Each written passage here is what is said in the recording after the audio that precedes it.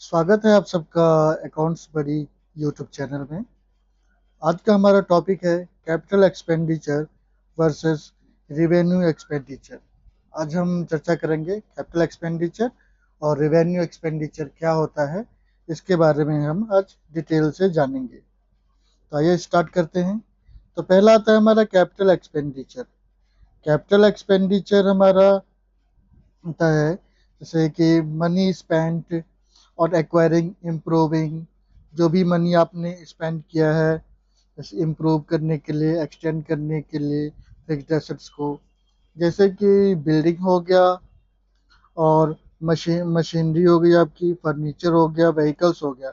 इसके ऊपर आप जो मनी स्पेंड करते हो, खर्च करते हो, वो सब आपका कैपिटल एक्सपेंडिचर आता है। जो भी फिक्स्ड एसेट्स है उसको मेंटेन करने के लिए जो भी आप एक्सपेंस करते हो वो कैपिटल एक्सपेंडिचर होता है। देखिए, ये होना चाहिए कि it gives benefit over many years. ये नहीं कि ये आपने एक महीने के लिए किया या साल भर के लिए किया बस एक्सपेंस वो आपका कैपिटल एक्सपेंडिचर कहलाएगा, तो ऐसा नहीं है। सबसे की पॉइंट्स आपका ध्यान में रखना है आपको। बेनिफिट्स ओवर मैनी ईयर्स, मतलब कई सालों तक उसका बेनिफिट मिले, not just the current year में ही बेनिफिट, उसका बेनिफिट हमें लॉन्ग टाइम तक मिले। इसका रिकॉर्ड कैसे किया जाता है? ये सिर्फ बैलेंस शीट में रिकॉर्ड होता है as an asset, not directly in the PNL account में। एग्जाम्पल्स क्या होते हैं हमारे कैपिटल एक्सपेंडिचर के?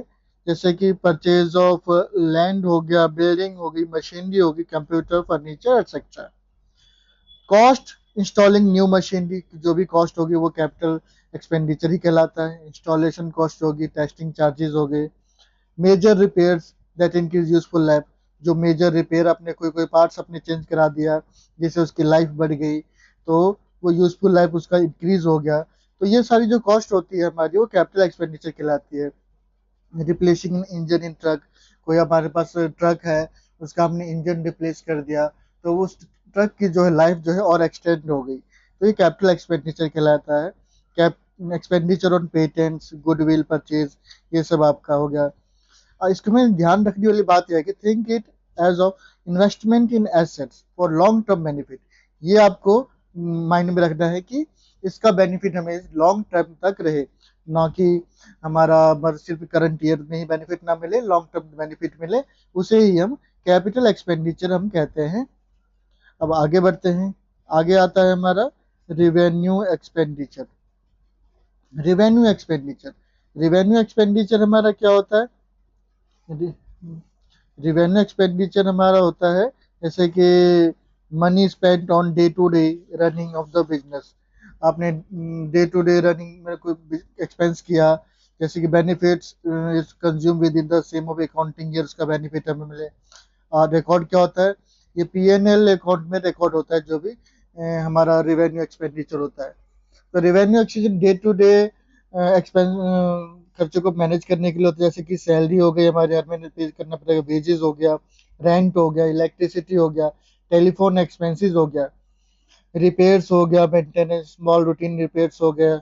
इस कोई आपने स्मॉल रूटीन अपने जैसे कि उसका कार्ट, कोई आपके पास प्रिंटर है उसका कार्टेज आपने चेंज किया, तो ये सब आपका रिवेन्यू एक्सपेंडिचर कहलाएगा, ना कि कैपिटल एक्सपेंडिचर कहलाएगा। रॉ मटेरियल हो गया परचेज करना, स्टेशनरी आपका हो गया, प्रिंटिंग, एडवर्टाइजिंग एक्सपेंसेस, तो डेप्रिसिएशन ऑन एसेट्स, ये सारा आपका रिवेन्यू एक्सपेंडिचर कहलाएगा। रनिंग कॉस्ट जो भी होगी आपको ध्यान में, रिवेन्यू एक्सपेंडिचर के टाइम पे आपको क्या ध्यान में रखना है कि जो भी आपका रनिंग एक्सपेंडिचर है, रनिंग कॉस्ट है, उसको रनिंग कॉस्ट है to keep in business operating, जो बिजनेस जिससे हमारे बिजनेस को ऑपरेट करने में हमें हेल्प मिलती है, तो वो हमारा हो गया एक्सपेंडिचर, ऑपरेटिंग एक्सपेंडिचर। ठीक है, तो इसको ध्यान में रखना है आपको। रिवेन्यू एक्सपेंडिचर कौन से होते हैं? रनिंग कॉस्ट, जो कि बिजनेस जिससे हम बिजनेस को रन करते हैं। फिर आता है हमारा की डिफरेंस क्या है? Capital expenditure, long term benefit buying A car for office use, short term benefit revenue expenditure के लिए इंश्योरेंस, सर्विसिंग, ये सब हमारा हो गया। अब आगे एक और चीज आपको बतानी है, जस्टमेंट। यहाँ पे देखिए, आपने हम देखा था रिवेन्यू एक्सपेंडिचर में एडवर्टाइजमेंट कॉस्ट।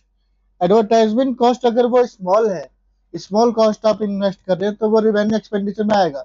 लेकिन अगर ह्यूज एडवर्टाइजमेंट कॉस्ट है आपकी तो उसे एज ए फिक्टिशियस एसेट्स बोला जाएगा और वो जो है आपका एसेट्स की तरह ही ट्रीट किया जाएगा उसको। तो एडवर्टाइजिंग स्मॉल है तो वो रिवेन्यू का एक्सपेंस होगा, अगर एडवर्टाइज ह्यूज एडवर्टाइजमेंट कॉस्ट है तो वो कैपिटल के अंदर में जाएगा। ये चीज आपको यहाँ पे ध्यान रखना है। तो ये की डिफरेंसेस हो गए short term long term capital expenditure के, रेवेन्यू एक्सपेंडिचर के। फिर आता है हमारा कैपिटल वर्सेस रेवेन्यू, ये चार्ट है देखिए यहाँ पे। Meaning money spend acquiring from fixed asset long term use के लिए, यहाँ पे मनी हम स्पेंड करते हैं डे टू डे ऑपरेशंस के लिए। बेनिफिट हमें प्रोवाइड होता है more than one accounting period, current accounting period में इसका बेनिफिट हमें समाप्त हो जाता है। ये नॉन रिकरिंग है, यानी कि कभी कभी होने वाले होते हैं कैपिटल एक्सपेंडिचर। रेवेन्यू एक्सपेंडिचर हमारा होता है जो कि रिकरिंग होता है, ये होते हैं जैसे कि काटे चेंज करना, सैलरी हम पे करेंगे हर महीने, वेजेस पे करेंगे, रेंट पे करेंगे, तो ये सारे रेकरिंग है, रेकरिंग होने वाले एक्सपेंसेस है, तो रेवेन्यू एक्सपेंडिचर कहलाते हैं। ये इसका स्टेटमेंट सीधा पीएनएल अकाउंट में होता है, इसका बैलेंस शीट में जाता है एज एन एसेट्स।